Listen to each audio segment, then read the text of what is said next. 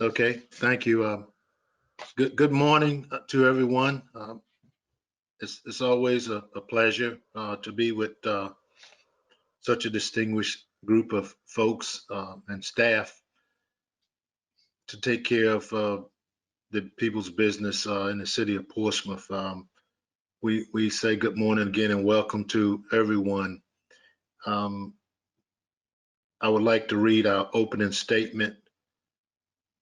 In accordance with Governor Ralph Northam's declaration of a state of emergency due to novel coronavirus, Executive Order 51 on March 12th, 2020, and the local declaration of emergency ratified by the Portsmouth City Council due to the coronavirus pandemic, which is continuing in the Commonwealth of Virginia.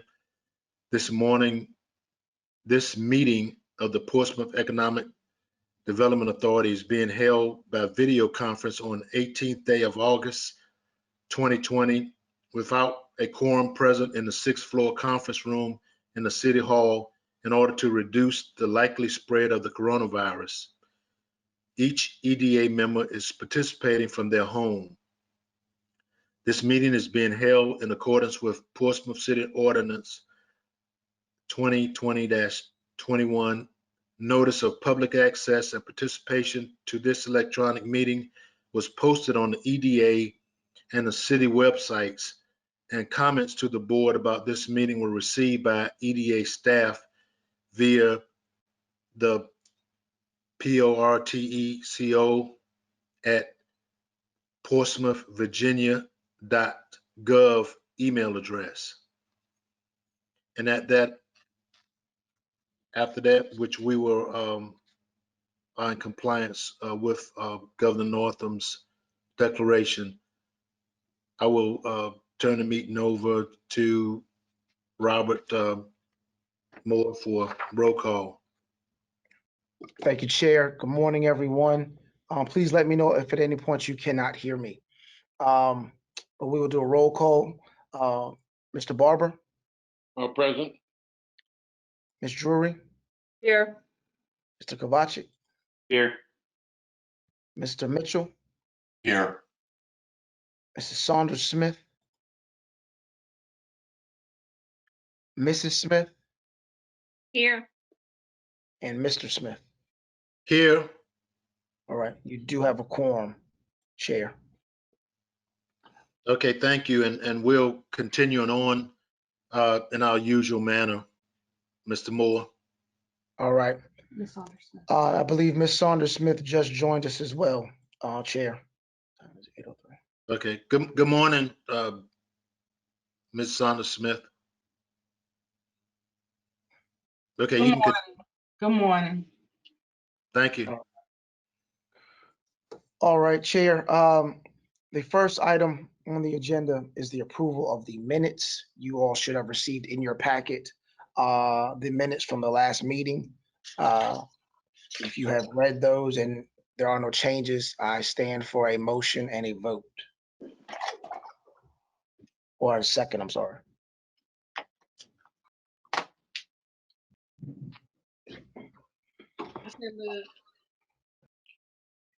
Thank you, Ms. Smith. Second. Thank you, Ms. Drury. Call for the vote, Mr. Barber, Aye. Ms. Drury, Aye. Kovacic, Yes. Mr. Mitchell, Yes. Mrs. Saunders Smith, Yes. Mrs. Barbara Smith, Yes. and Chairman Smith. Yes. The motion carries. And please remember to be on mute if you're not speaking at the time. I'm having a hard time finding mute.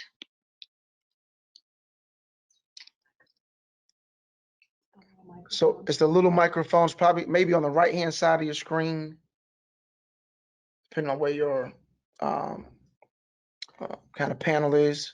Should also be able to scroll over your image. Also, if you scroll over your picture, you should have a green microphone that comes up, and you just click that. No, No. and I've been looking everywhere for it. Okay. So, okay. We'll try to see if we can mute you on our side, just in case, if that's okay. Okay. All right. So the next item on the agenda, or items, we're gonna talk about these together, if that's okay, board. You should have received yesterday a FY 2020 year-to-date report.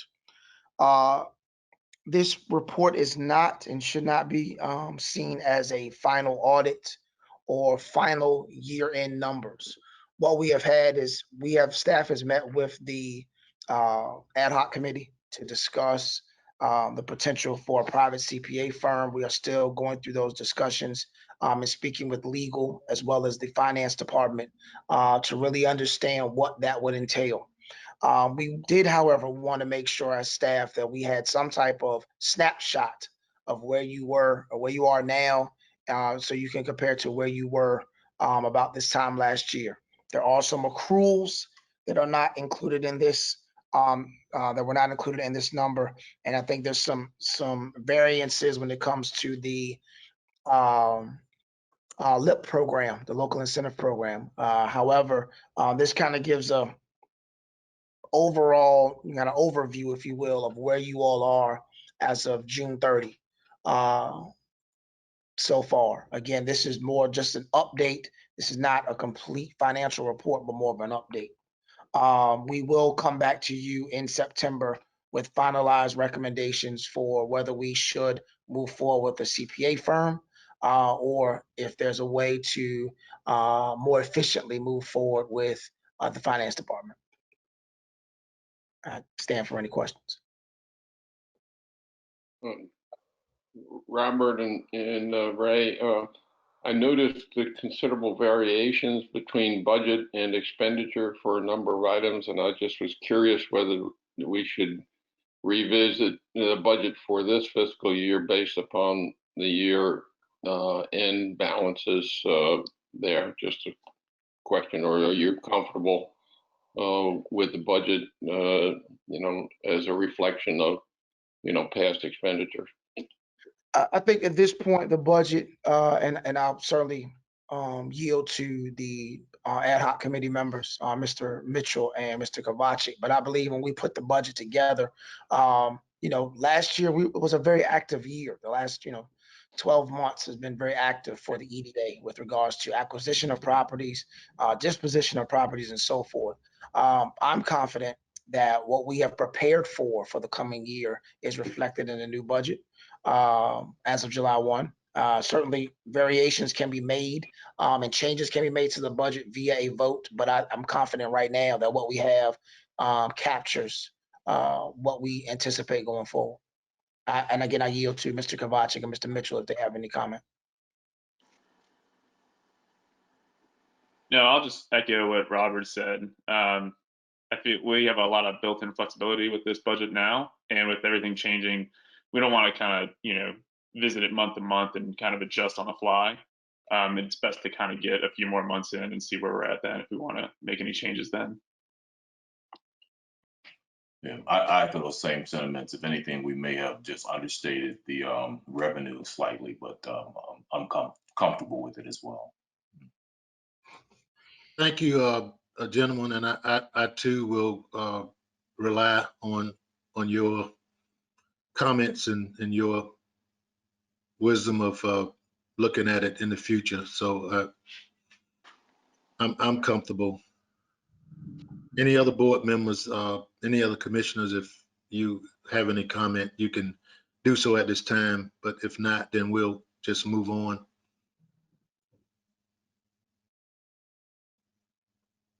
Okay, thank you, Chair, and thank you, Mr. Barber, for that question. Certainly, we are open to any feedback as we continue to go forward throughout the year. Under old business, let me say again, thank you to everyone on the board for submitting and completing your statement of economic. I can't even remember the name of the form now, but that big form that you had to fill out to be a part of the board, disclosure form. that book that you had to fill out. I had to fill that book out as well. I appreciate you all putting that together and submitting those. Part of that was one part of the new requirements. The other part is the state FOIA training. And I believe some of you may have done this training. When you complete the training, which is online, and I think it takes about 30 minutes, you need to cycle all the way through to the end, because there is a certificate that comes up that you will need to print off and get to us that shows that you all have completed this training. And you all can just let us know if we need to resend the link to that training, because we have no problem doing that. But that is something that has to be completed by December 31st. And we will continue to remind you until we receive everyone's certificate. Robert, I went online and was unable to link up to the training link that there. In other words, it would not load on my computer for some reason there. Okay. We will check on our side to see if there was an issue. And if need be, we'll try to get an updated link, and we'll see what the issue was. I had the same issue, so if you could resend it or check on that. That happened to me also. Yes, ma'am. We'll do so. So we'll go ahead and look into that, and we'll send that to you later on today. And if I can recall, Robert, I wasn't able to. I cycled through, but I didn't see a certificate or anything available, a link to print out. That maybe I don't know if I can go into it again after finishing it, but and I hope I don't have to listen to it again just to get a certificate, because it probably won't happen. I'm just kidding. I'm just kidding. Problem I had already as well. Yeah. So what it sounds like is you all are going to force me to watch this like soon, and then make sure I can duplicate the problem. But no, we will go through, see what we can find, and find out what the issue is, and verify that there is. If we can't do some type of certificate, what is the other way to verify that you all have taken that training? So we will go through that process, as painful as it sounds. So we will get that done. Any other questions on that? Robert, if you could just add my name to the list of people to resend the certificate, I'd appreciate it. Yes, sir. Yes, sir. Resend the link, sorry. The link. Well, we will send that to everyone. We will verify, and then we will send out to everyone. Any other questions, comments? All right. The next item under old business is the COVID-19 recovery grant update. As we stated to you, we would provide a regular update as to where we are with regards to the program and how the program is going. You will recall that at the July meeting, you all approved a resolution to move forward with the program with certain guidelines, a certain application, and so forth. Where we are right now is, and again, just kind of as a reminder, it was authorized by the EDA on the 21st of July. There was $1 million appropriated through the city. The first round ends August 31st. We've advertised through our website, through social media, mass and direct mailing to the citizens as well as the business community. This has brought in 23 applications.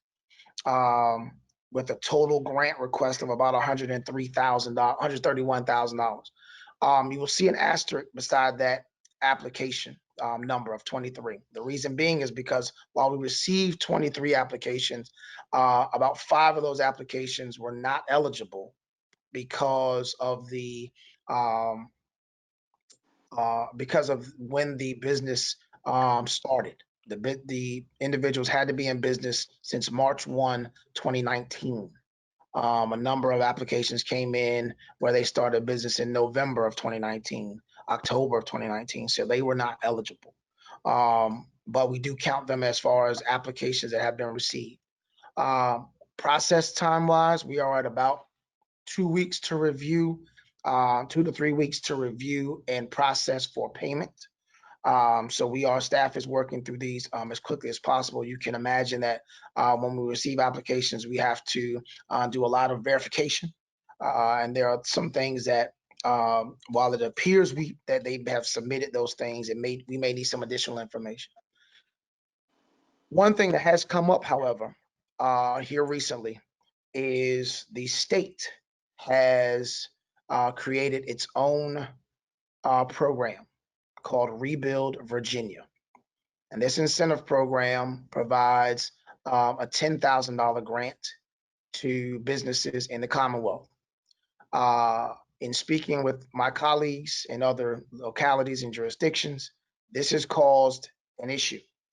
While, again, certainly there's a resource to our businesses, one of the rules of the game, if you will, is that if the business has received any CARES Act funding, including local funding, they are not eligible for the $10,000 from the state.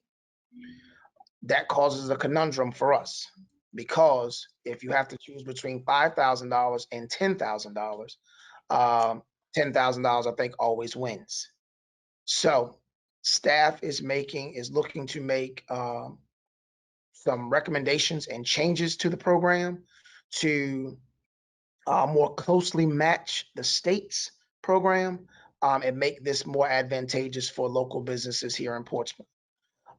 Those changes include to allow independently owned franchise locations with locations in Portsmouth to be eligible for the program. That originally was not the case. But the state's program calls for this, and we want to have something that, again, mirrors as much as possible state's program. Also eligible for the first time would be nonprofit organizations. This does not include religious establishments, but nonprofit organizations would be eligible for this program. We would increase the base grant award from $5,000 to $10,000. From a certificate of need standpoint, we would increase the amount from $25,000 to $50,000. We originally talked about and had in our program a match, so it was 50% of the expenses incurred up to $5,000. So you had to have $10,000 of expenses to get $5,000. Essentially, there is no match. There is no match for the state. It is dollar for dollar. If you can show us $10,000 in the approved costs, then we will give you $10,000. We are requiring, and this has been standard across the board, that the applicants are in good standing with the Virginia SCC. And one thing that we did have internally that we did not have attached to the application, but is attached now, is an affidavit that the applicant will have to sign before a check or deposit is made, that says that these expenditures have not been paid for, or they have not received money for this expenditure before. That protects the EDA, that protects us from giving out money and someone double dipping, if you will, as best as we possibly can. Next slide. So this morning, we would like to request that these changes are made. You have received a resolution and a copy, or should have received a resolution and a copy of the new application. We think this, again, will allow us to be more aggressive with our endeavors and to make sure we get this money out. What I will say, and one question that will come up, I'm sure, is, well, what about the individuals that have already submitted for the $5,000? We are looking to make this retroactive. So we will look to work with those individuals going forward to make sure that everything that they are eligible for, they will receive. Again, everything that we're doing is, for the most part, electronic. With COVID and things going on, we'd like for things to stay as electronic as possible. This round will stay the same. It will end the 31st of August. Second round will start September 1 and go to September 30. And we're just going to keep moving forward. But we'd like to make these changes, again, to be more competitive. I will tell you, we've polled the other localities, and they're all doing the exact same thing. And so it has caused some issues and some concerns. And we have sent this up through the Virginia Economic Development Association, our kind of liaisons to the state. We have sent these concerns up to the state. Doubt they're going to take them up at the special session, but we have sent them up anyway to see if there's anything that can be done. I doubt they will change anything, but you can always ask. So with that, open it up for any questions, comments, or concerns. Robert, so the commissioners will understand, I believe it was conveyed to us that we can actually do this by consent. Wasn't that the case? No, I think we've got to do a vote because there was a resolution passed, so we'd have to amend that resolution Okay, all right. unless legal tells me otherwise. So will that vote be coming up in this meeting Yes, here? Okay. Yes, sir. All right. So again, remind that if that's the case, at what point in the agenda will that is it? Are we at that point now?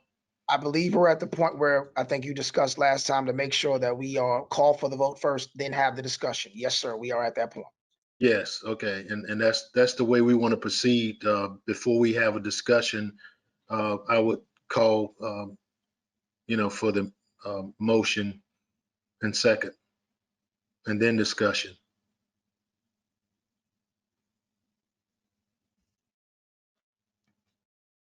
So we would just need that. I second the motion. Well, I didn't actually make the motion, so Oh. someone we need to make it.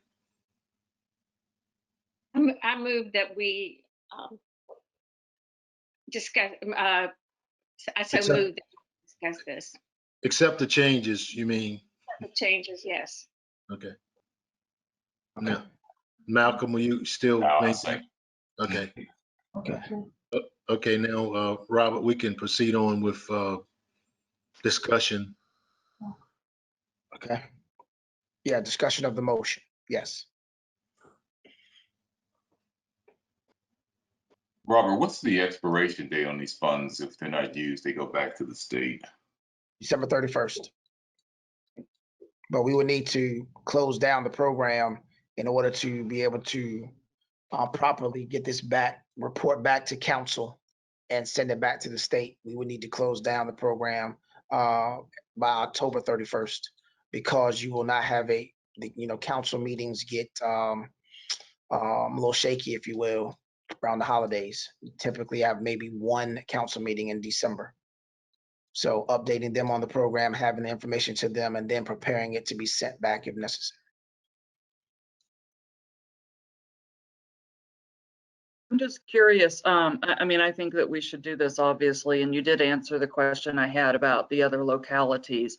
But how many, I mean, have you had a lot of people calling in and you think they just haven't done this because of the stipulations that we had on it? No, I think we've had a lot of people call in and they just have not turned in applications. We've had a number of people call and ask about this. But again, it's like anything nowadays, from a business standpoint, whether it's PPP or EIDL or any type of program, it's a lot of paperwork that you have to turn in, a lot of information you have to give us, and we have to verify, and certain things need to be up to date. So your business license needs to be up to date. Your registration with the state needs to be up to date. Those are things, your taxes, those are things that we can't get around those things. So we've had a number of individuals call. We've had people call before we even put this program into place. It's just we're waiting on those folks to turn in the applications. Well, they might be more induced now that the number is higher, so. Correct. Okay.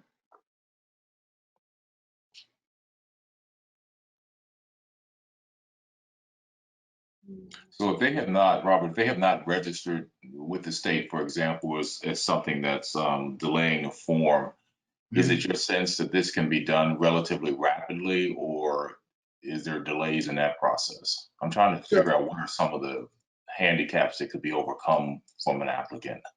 So we've had individuals, for example, someone there, they hadn't paid their dues to extend their registration with the state. It's like $105 or something. Okay. Once they pay that, that's pretty much, you're back, you're up to date now. The state will send you something, you're good to go. So again, some of the things that we've run into have been, the business just has not been open long enough.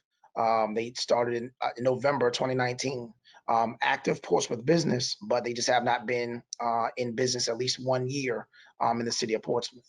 That is a requirement. That is not a requirement I would change. That needs to be in place. And again, most localities that's been the same way.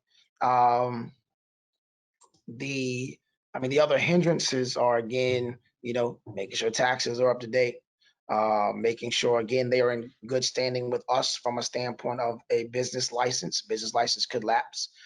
Again, you pay those fees, and you go from there. So a lot of these are simple fixes, but again, it is a lot of paperwork that you have to submit to us. And I think we're at a point where a number of businesses are, dare I say, papered out, if you will, in trying to get as many resources as they can. And then you got to make sure you're certifying that whatever you ask us for is not paying for something that you've already been reimbursed for. That's something that they've got to verify and make sure on their side. Okay.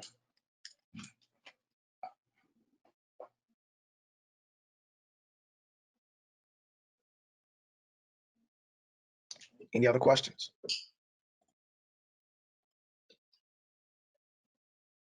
I'm sorry, I do have a question. So now that nonprofits are part of it, I don't know, I know this went out, through social media and through everything you have, but as nonprofits, is there a way to specifically reach out directly to them? Because this obviously would be huge. So we're working with Volunteer Hampton Roads to make sure we get this out to Portsmouth-based nonprofits. So we will make sure we're using all of our resources to get this information out. Okay, thank you.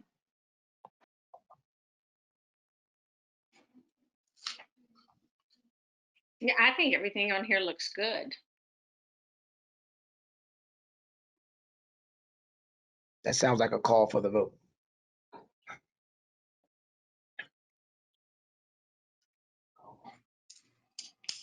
Mr. Smith, Ray, we can't hear you. yeah, you're muted. Okay. I just want to comment, just the timing of things with this kind of been dropped on us.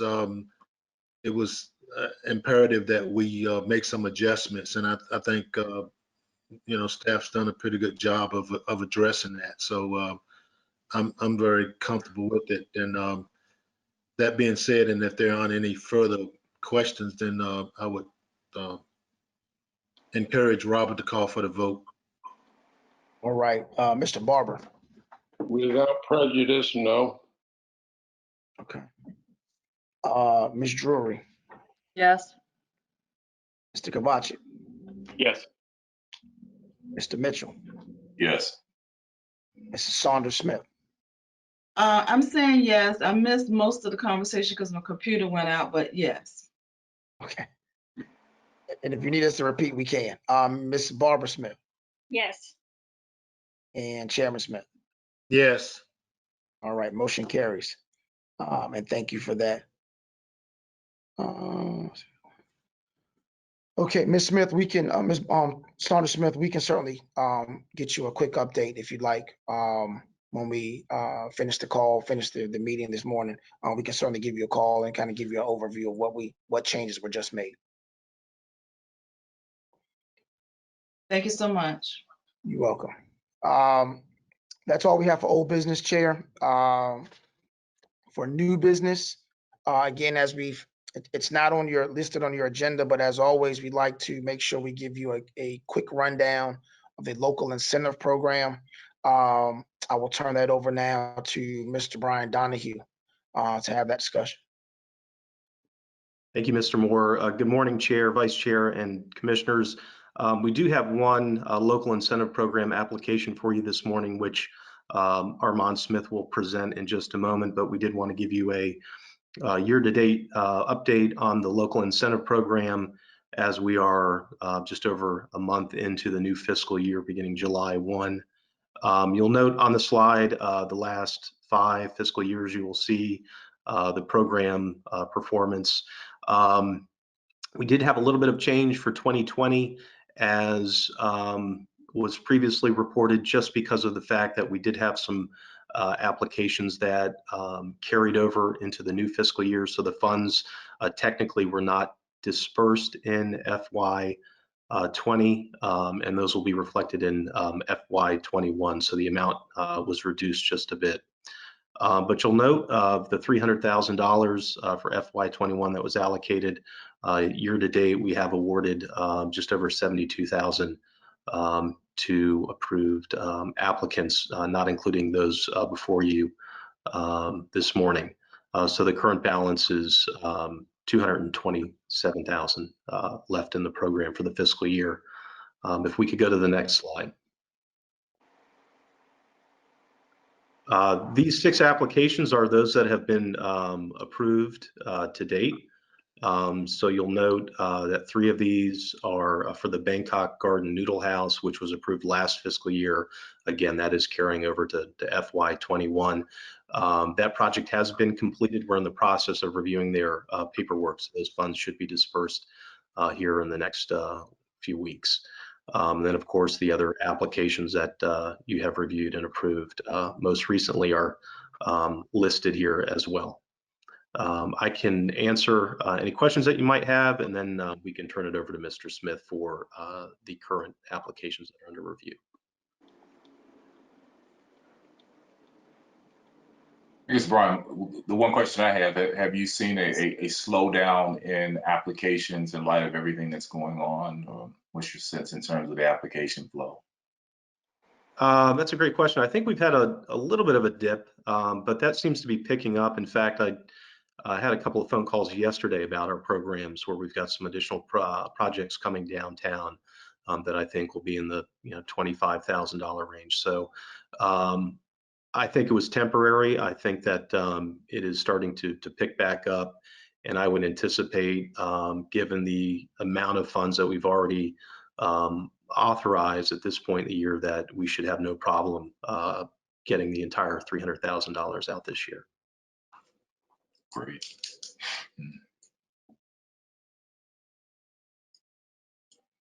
Are there any other questions? Okay, being none, I'm going to go ahead and turn it over to Mr. Smith and allow for him to present the application that we have on the agenda this morning. Thank you. Thank you, Mr. Donahue, and Chair, Vice Chair, members of the authority. It's a pleasure to be able to present in front of you guys this morning. This is for an interior build-out grant for 305 High Street. If you know, this is the old Fleming's Gym, right across the street from the coffee shop in the heart of downtown. SMT Enterprises is requesting a grant amount of $25,000. The total work amount that they're doing is $56,874.59. They want to do a convenience store and a market in the location. Below are a couple photos, an exterior photo, 2 interior photos, and there's some other photos provided. They provided us 2 quotes in compliance with the program. What they want to do and want to use the grant money for includes flooring, painting, plumbing, electrical, and HVAC, so a complete build out of a new space for a convenience store and market. And staff recommends approval of the grant application, again, for the total amount of $25,000. I stand before you in case you guys have any questions. These are 2 additional photos of the interior as well.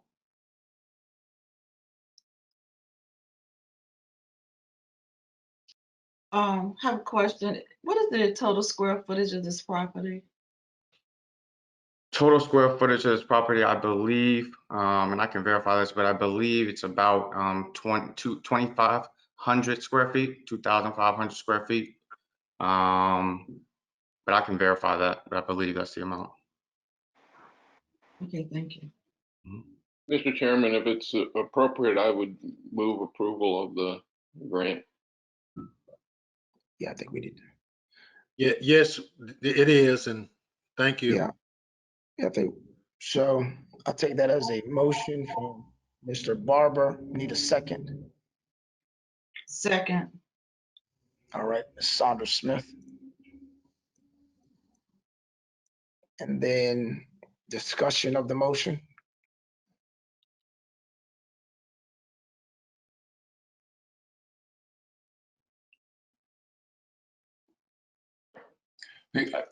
The only question I have, and I'm certainly in favor of the motion, the motion, but are there any guidelines about exterior looks for properties in downtown Portsmouth?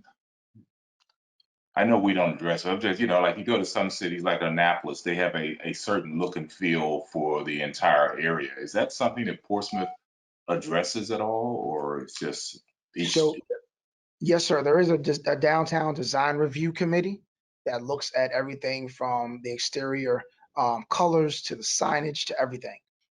So they will have to go through downtown design review to receive approval of any type of work that's done on the outside. The facade improvement grant that was done for Bangkok Garden, for example, right next door to this property, again, was approved. The exterior was approved by the downtown design review committee prior to that going in, and we have to have those approvals before we can move forward with the funding of any type of grant. And I might add, Mr. Mitchell, that that is also a city council appointed board of there's architects on it and citizens, contractors or whatever. So they are pretty stringent, with their rules, and they have hearings also to applicants can go before them to make a pitch for new designs or changes to designs, and they are pretty stringent, I would tell you. Okay.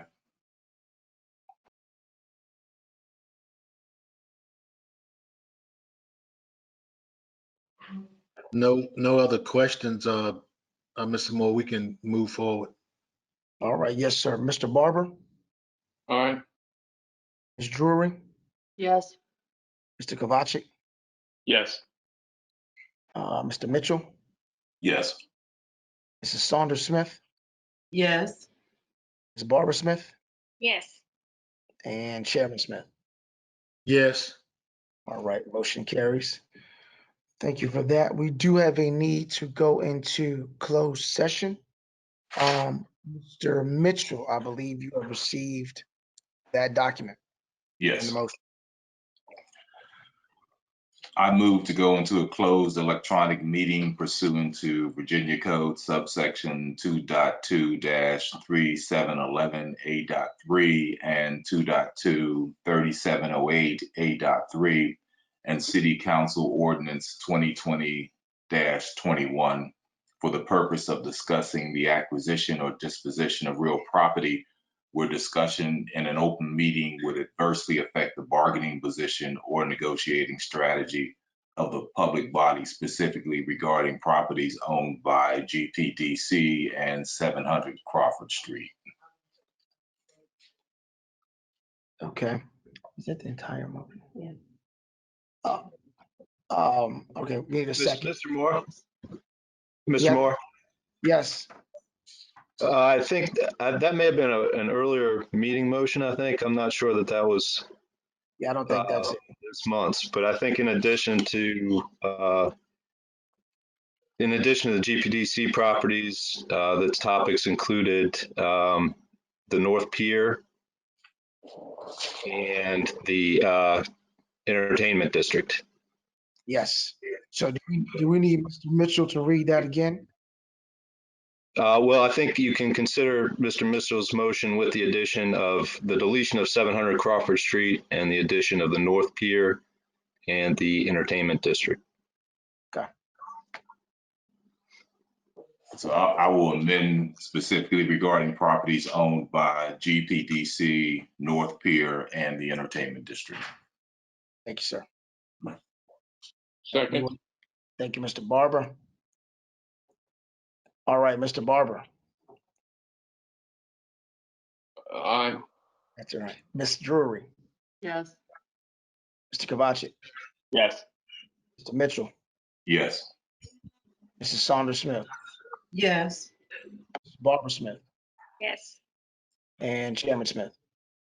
Yes. And also, can I make the comment or observation that we don't have a council liaison with us this morning?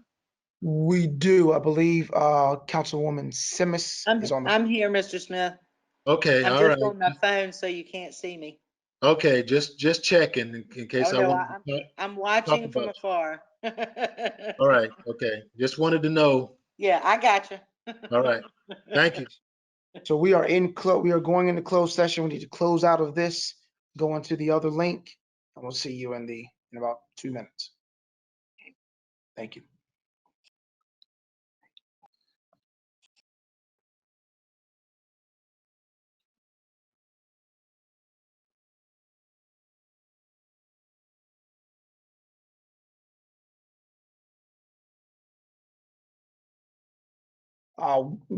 If we have everyone here, which I believe we do, Mr. Mitchell, could you read us back into open session? All right, my pleasure. I hereby move that each commissioner certify that to the best of his or her knowledge, only public business matters lawfully exempted from open meeting requirements under the Virginia Freedom of Information Act, and only such public business matters as were identified in the motion by which the closed meetings were convened were heard, discussed, or considered in the closed meeting just concluded. I need a second. Second from someone. Second, no. Thank you, Mr. Barber. All right, Mr. Barber, Aye. Ms. Drury, Aye. Mr. Kovacic, Yes. Mr. Mitchell, Yes. Mrs. Saunders Smith, Yes. Ms. Barbara Smith, Ms. Barbara Smith. All right. I see you. And then Chairman Smith. Yes. All right, so we are back in open session. And then we would need a vote, a motion and a second to vote on the acquisition of the GPDC properties. So moved. All right, thank you, Mr. Barber. Second. Thank you, Ms. Saunders Smith.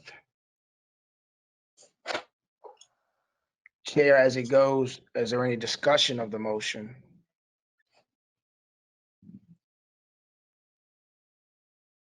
Okay. All right, hearing none, then I will just call for the vote and take roll call. Mr. Barber, Aye. Ms. Drury, Yes. Mr. Kovacic, Yes. Mr. Mitchell, Yes. Mrs. Saunders Smith, Yes. Mrs. Barbara Smith, Yes. and Chairman Smith. Yes. All right, that motion carries as well. We do not have anything else on the agenda other than acquisition of GPDC. Other than would like to bring to your attention, if you follow us on social media, you will know that we have started back virtually our Let's Talk Business series, which we do the first Friday of every month. On this past Friday, August the 6th, 7th, what day was that? My dates are all off. August 7th, we had our first virtual Let's Talk Business.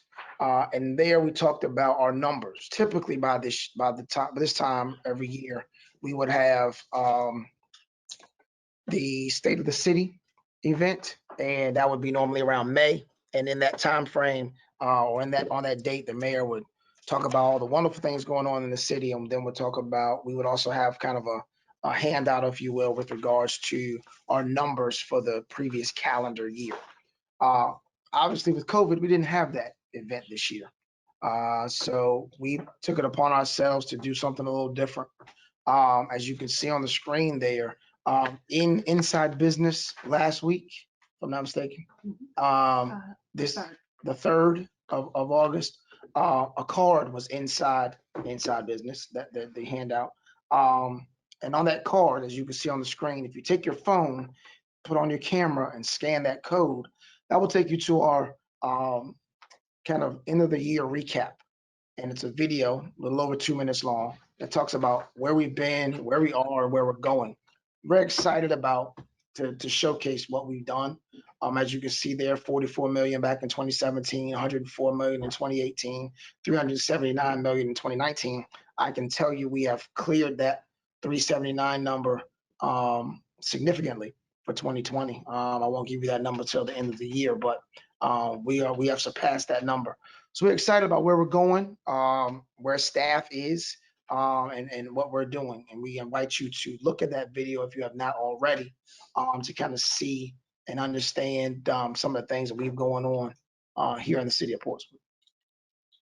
Other than that, Chair, I do not have anything else. Okay, are there any last parting comments from any commissioners?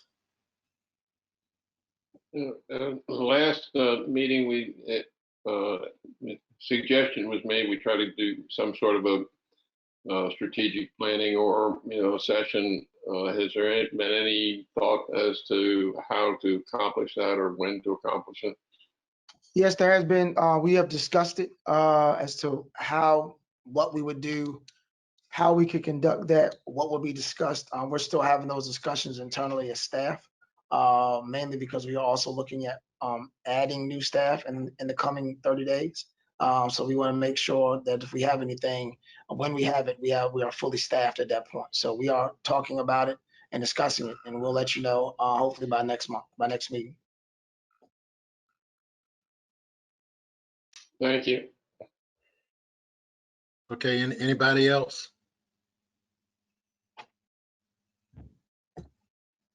We again, we want to thank staff, for what's taken place and what we've been able to accomplish. And I commend our group on the spirited discussions and conversations that we have.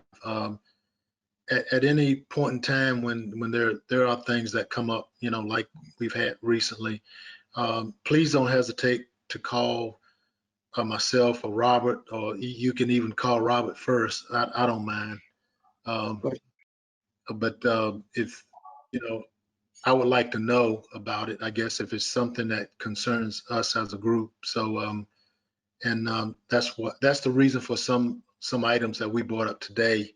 The appropriate time to tell all of you together and to, have some discussion is fruitful and the way I believe to be open and upfront about things. So thank you again for your participation this morning, and I encourage you to continue to be safe and wear your mask, wash your hands, and stay away from all of the nasty conspiracy theories and fake information. Thank y'all again, and y'all have a great day. All right. Take care. Chair, signature, just to remind you. Thank you. Mr. Moore, would you give me a call on the cell when you get a chance? Yes, ma'am. Thank you.